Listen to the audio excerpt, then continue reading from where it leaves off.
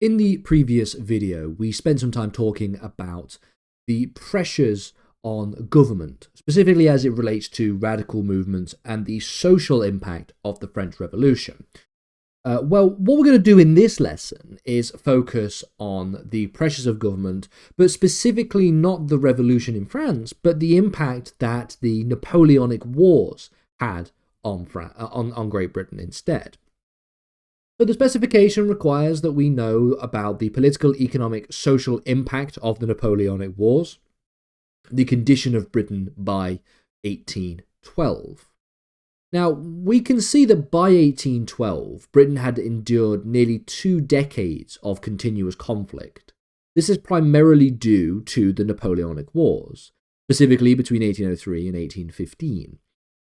The wars were fought against Napoleon Bonaparte's French Empire. Now, the political, economic, and social pressures of the war had profound impact on British government and society. And we're going to divide this conversation into those specific subcategories. We'll talk firstly about the political impact of the war. We'll then talk about the economic impact of the war, and then focus by looking at the social impact of the war. So, from a political perspective, we can see that in terms of government authority, public opinion, and political stability of the ruling classes, we see that the war had significant contributions. We see, for example, at the beginning of this conversation, that there is increase in government power. The British government under William Pitt the Younger, and then later under Spencer Perceval, greatly expanded its powers to try and manage the war effort. One of the things it did was centralize authority by implementing measures that increased state control over the economy and over society. For example, emergency powers were granted, such as the suspension of habeas corpus rights in times of crises. Particularly, this was done to suppress both domestic unrest and potential radical movements. The military would also play an increasing role in domestic security, with the government using the army at various different stages to suppress protests, uprisings, and unrest, particularly in urban areas of the north of England. The prolonged war itself then, like I said, going for nearly 20 years, led to factional splits between different political parties within the system itself. The Whigs, who were traditionally more sympathetic to reform, became increasingly critical of the government's war policies, accusing the government and the administration of being too focused on military victory at the growing cost of domestic reforms and financial stability. The Tories, on the other hand, under William Pitt the Younger, initially unified around the idea and the need to resist France, but became increasingly divided as the war costs began to soar and as military defeats began to occur. The result then was that there was an intensification of the Whig-Tory divide, and the dissatisfaction in leadership began to grow. The war led to the rise of radical movements, as we noted in the previous lesson. This radical collection of groups began to demand for parliamentary reform, an end to the war, as well as broader political representation. The French Revolution and the spread of revolutionary ideals encouraged movements and saw that even though the government sought to take repressive actions, including the Combination Acts, which we noted already made the creation of trade unions and the sort of collectivized labor movements illegal, we still see that the growth of movements still takes place. You have figures like Thomas Paine, you have organizations like the Society of United Irishmen, all calling for greater democracy and for an end to the war in France, with the hope that a more egalitarian society would be able to be fostered as the result of the end of the conflict.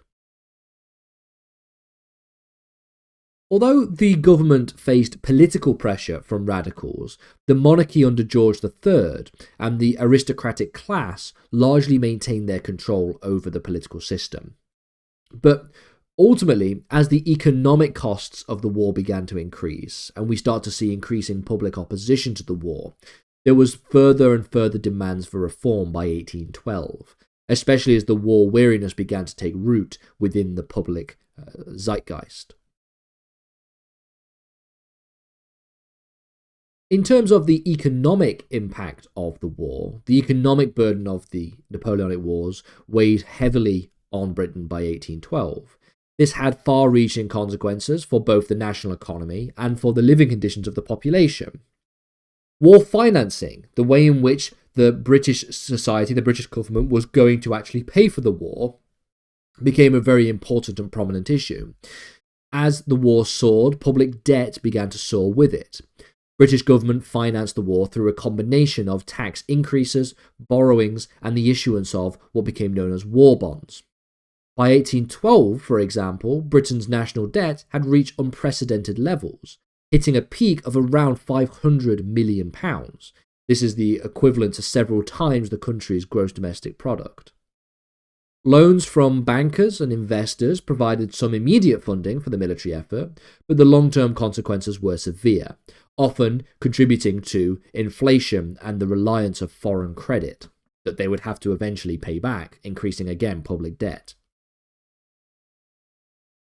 And so, to fund the war effort, the rise in taxes was sharply implemented. For example, income tax was introduced in 1798. It was then repealed in 1802, but then reinstated again in 1803, all of which was to try and fund the military campaigns, increasing the financial burden on the population, particularly those of the landowning and the middle classes. Due to the restrictions in grain imports, we get the introduction of bread taxes and high taxes on commodities such as that of salt and tea, again leading to the rising of living costs and also the rise of inflation. Partially due to the large-scale printing of paper money to try and finance the war, we also see the inflation spike. Inflation, for those of you who don't know, is essentially where you see the value of your money reducing, or you see the price of goods increasing not in line with the increase in the value of the money. Meaning that tomorrow, the amount of money that it would take or cost to buy a new product would be more than it did today. And you can have really ridiculous situations of inflation. Take, for example, the Weimar Republic in 1923 in Germany, where they had something known as hyperinflation. This was where they, like Great Britain did here, began to print more and more money to try and pay for reparations as the result of the Treaty of Versailles, and it meant that things like a loaf of bread would end up costing trillions of marks, and people would be able to just carry their money in big barrels or big wheelbarrows because of how expensive everything was, or at least how little value the money actually was in comparison to the value of the products. In terms of disruption of trade, we see that France, under the Napoleonic regime, Napoleon's empire, imposes a naval blockade. Now, British naval blockades, also of French ports, would also significantly disrupt trade in Europe, but it was the continental system, which was the French embargo on British goods, that would have a negative impact on British exports, particularly in industries such as textiles and luxury goods. You should remember, though, that Britain still remained a key player when it came to global trade, particularly in imperial markets and the colonial possessions. Trade with the Americas, India, and the Caribbean would continue perfectly reasonably, though it was still subject to risks of warfare, particularly privateering and destruction of merchant vessels. And the continental system, while having a negative effect on Great Britain, also had a quite strongly negative effect on Napoleon's empire, and many of the countries within the continental system simply ignored it. So, for example, the peninsular states of Portugal and Spain ignored the continental system, which led to the Peninsular War between Napoleon and those on the Iberian Peninsula, and so too did Russia, which led to the invasion of Russia in 1812, which was again another major defeat of Napoleon, and ultimately led to the collapse of his regime. The Industrial Revolution then did continue, but it was constrained by the war. While there was some growth in iron and cotton and textile industries, war-related disruptions to trade would affect the supply of raw materials as well as the access to foreign markets. However, the war spurred the development of other industries instead, especially those industries that were directly associated with military efforts, so things like arms production, shipbuilding, and the textile industry, things to supply uniforms, for example. In terms of the agricultural system, the war had a mixed effect on agriculture. On the one hand, the agricultural revolution did in fact continue, and the government's demand for supplies to feed the army did help keep the prices of those supplies relatively high for agricultural products. That was obviously a good thing for the market overall. On the other hand, however, many small farmers would still face difficulties due to the rising grain prices, as well as the restrictions on imports from foreign produce. This left many agricultural labourers and rural workers economically vulnerable, and again contributing to the growth of social unrest. Speaking of which, the Napoleonic Wars had a profound impact on British society. We know this from previous lessons already, thinking about the growth of social unrest, but there were also different groups who had to face challenges as a result of the war, and some groups who in fact actually saw it as an opportunity for growth and development. In terms of the working class and the poor within Britain, we see that they suffered greatly due to the war's economic pressures. While the war generated wealth for some, such as landowners and industrialists, the lower classes faced rising food prices, they faced unemployment, and they faced poor working conditions in industries that would be linked to the war effort. As I mentioned just a second ago, agricultural labourers did face uncertain employment, with the sort of mixed record that the war had on society, specifically on the agricultural sector. They faced uncertain employment due to the growing reliance on mechanized farming and the effects of war on grain imports, exacerbating various different living conditions. In terms of urbanization and overcrowding, urbanization would continue throughout the war as people flocked to the cities, especially those new industrial hubs and ports, in order to try and find work in these growing industries. The industrial workforce then, as a result of this, swelled, with many labourers employed in war-related industries, so things like shipbuilding, textiles, arms manufacturing. But with this growth and swell in the industrial workforce, the cities themselves were unable to account for the growth in the population. So we see the worsening of conditions in the urban environments. We see overcrowding, poor sanitation, and disease. We see lack of housing combined with the growing number of poor and unemployed people in the cities, all of which leading to social unrest and protest movements. And we already know from previous videos the various different radicalist and social movements that starts to pop up, partly as the result of the war, partly as the result of the French Revolution prior to the wars, but just generally the conditions of society in Great Britain also contributing to this growth as well. Movements like the London Correspondence Society, the Society of United Irishmen, all called for universal suffrage, an end to the war, and parliamentary reform. One of the movements that I mentioned in the previous lesson, but didn't spend much time talking about, was the Luddite movement that took place from 1811 to 1812. This involved machine-breaking protests by textile workers, reflecting the social tensions that were exacerbated by the technological changes and the economic hardships that were caused as a result of these new technologies. So, for example, the unemployment that was the result of the mechanization of the textile industry, the automation of various different parts of the workforce meant that people no longer had a job in that particular sector. Finally then, the war period saw an increase in the number of women that were involved in the workplace participation, as many of the men were away fighting, as is the case with most wars. Women took up jobs in factories, particularly in the textile industry. They made efforts in hospitals, and they also provided essential care for wounded soldiers.